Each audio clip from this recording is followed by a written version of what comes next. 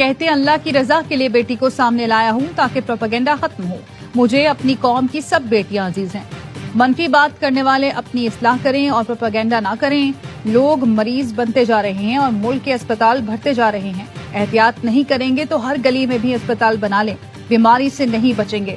بیماری سے بچاؤ کے ٹیکے پہلے ہی لگوا لیں گے تو بیمار نہیں ہوں گے.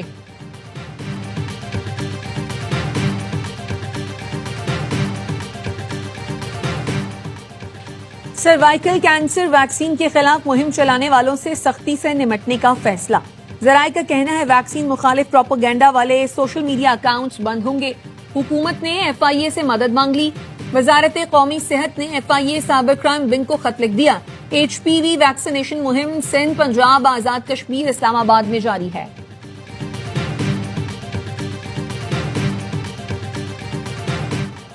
کراچی میں بچیوں سے زیادتی کرنے والے شبیر تنولی نے عدالت میں اعتراف جرم کر لیا. 164 کا اعترافی بیان مجسٹریٹ کے چیمبر میں قلم بند کیا گیا. عدالت نے ملزم کو جوڈیشل ریمانڈ پر جیل بھیج دیا. پولیس کے مطابق ملزم 2016 سے بچیوں کے ساتھ زیادتی کرنے کے ساتھ ویڈیوز بھی بناتا تھا. شبیر تنولی کو اہل علاقہ کی شکایت پر گرفتار کیا گیا تھا.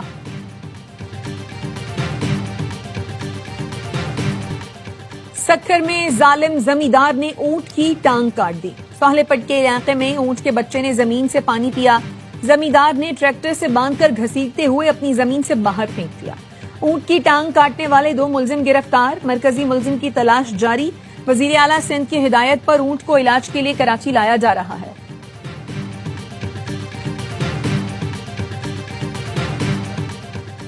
صدر آصف زرداری کا کاشغر کی تاریخی عیدگاہ مسجد کا دورہ.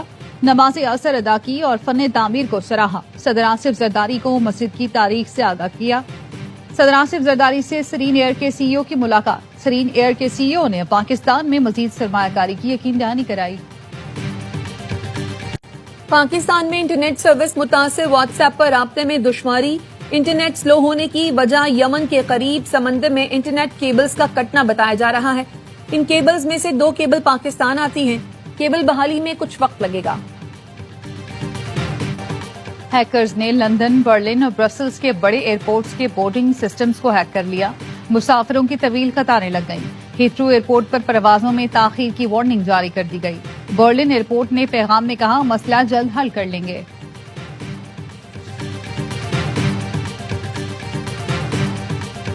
See what happens with Bagram. We're talking to Afghanistan. It should have never been given up. It was the most embarrassing day in the history of our country. There was no reason to give it up. I was leaving Afghanistan. I was leaving. I was the one that got it down to 5,000 soldiers, but we were going to keep Bagram. امریکی صدر Donald Trump Bagram air base کی واپسی کے لیے کوشاں. کہتے ہیں افغانستان سے بات کر رہے ہیں. بگرام ایئر بیس کو کسی صورت نہیں چھوڑنا چاہیے تھا. امریکی فوج کے انخلا کا طریقہ کار شرمناک تھا. چینی صدر سے اچھی گفتگو ہوئی. ٹک ٹاک ڈیل کی منظوری دی. امریکی سرمایہ کار تیار ہیں. معاہدے پر دستخط. رسمی کارروائی ہوگی. ٹک ٹاک کا فین ہوں. ڈیل امریکہ اور نوجوانوں کے لیے اہم ہے. آٹزم سے متعلق بڑی پیش رفت ہونے والی ہے. بدامنی کے شکار نیو آرلینز اور نیو یارک میں فوج بھیجیں گے.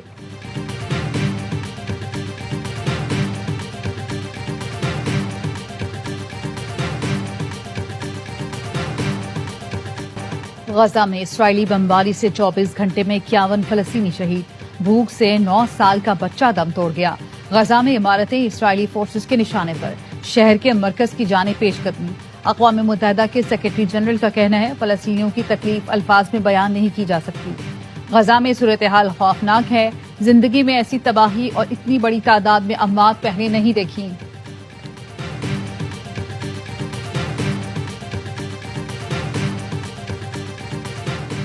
پرتگال نے بھی فلسطین کو بطور ریاست تسلیم کرنے کا اعلان کر دیا. پرتگال کی وزارت خارجہ کا کہنا ہے کل فلسطین کو ریاست تسلیم کرنے کا باضابطہ اعلان کیا جائے گا.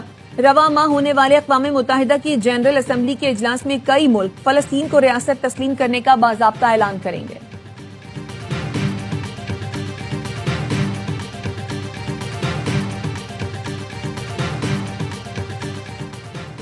سلامتی کونسل نے ایران پر پابندیاں ختم کرنے کی قرارداد مسترد کر دی. ایران پر اقتصادی پابندیاں برقرار رکھنے کا فیصلہ. پاکستان نے خبردار کیا ڈپلومیسی اور دھمکیاں ایک ساتھ نہیں چل سکتی. پاکستانی مندوب عاصم افتخار نے اجلاس سے خطاب میں کہا، ایران پڑوسی اور دوست ملک ہے، خطے کو عدم استحکام میں دھکیلنے والے کسی اقدام کی حمایت نہیں کریں گے، ڈپلومیسی سے کام لینا ہوگا، ڈائیلاگ سے ہی پرامن تصفیے کی طرف جانا ہوگا۔ خطہ پہلے ہی کئی بحرانوں کا شکار ہے، مزید کشیدگی کا متحمل نہیں ہو سکتا۔ ایران پر یورپی پابندیاں 28 ستمبر کو دوبارہ نافذ ہونے کا امکان۔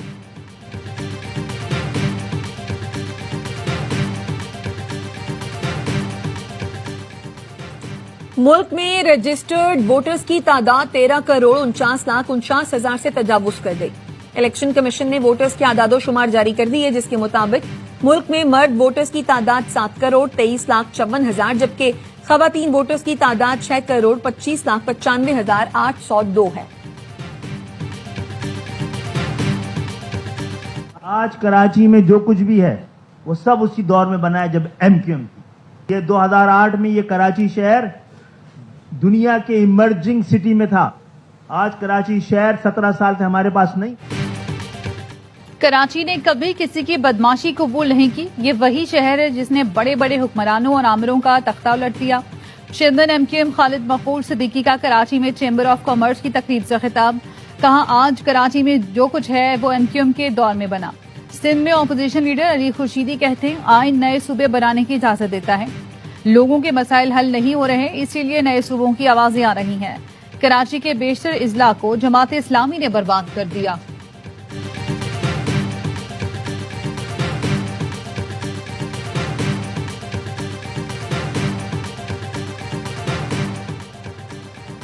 کراچی پولیس کے 4 افسروں پر زمینوں پر قبضے، بھتہ خوری، منشیات فروشی کا الزام۔ آئی جی سندھ کے حکم پر 4 ڈی ایس پیز کے خلاف تحقیقات شروع۔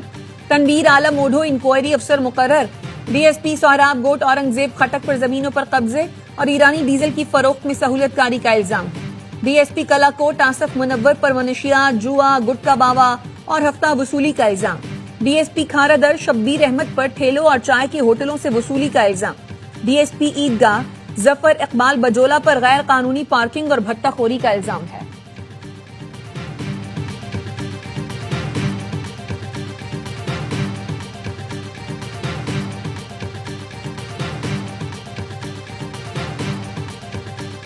ٹک ٹاکر ثنا یوسف قتل کیس میں ملزم عمر حیات پر فرد جرم عائد، ملزم کا صحت جرم سے انکار۔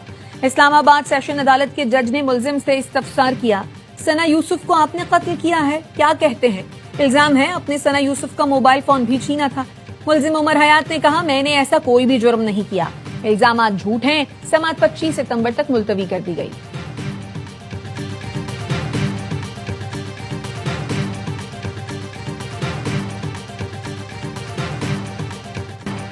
گورنر سندھ کامران کسوری کا چین میں شینگنگ پاور کمپنی کا دورہ۔ گورنر سندھ نے کہا یہ دورہ سندھ میں ماحول دوست توانائی اور صنعت کے فروغ کا نیا باب ہوگا۔ سندھ میں گرین انرجی اور جدید صنعتوں کے فروغ کے خواہاں ہیں۔ پاک چین صنعتی تعاون سندھ میں روزگار اور معاشی ترقی کا ذریعہ بنے گا۔ ٹیکنالوجی، منتقلی اور ہائی ٹیک مینوفیکچرنگ سندھ کا روشن مستقبل ہے۔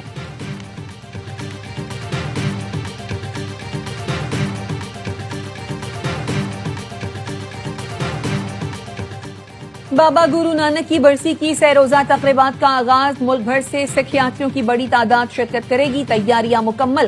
سرحد کی بندش کے باعث بھارتی سکھ یاتری تقریبات میں شرکت نہیں کر سکے۔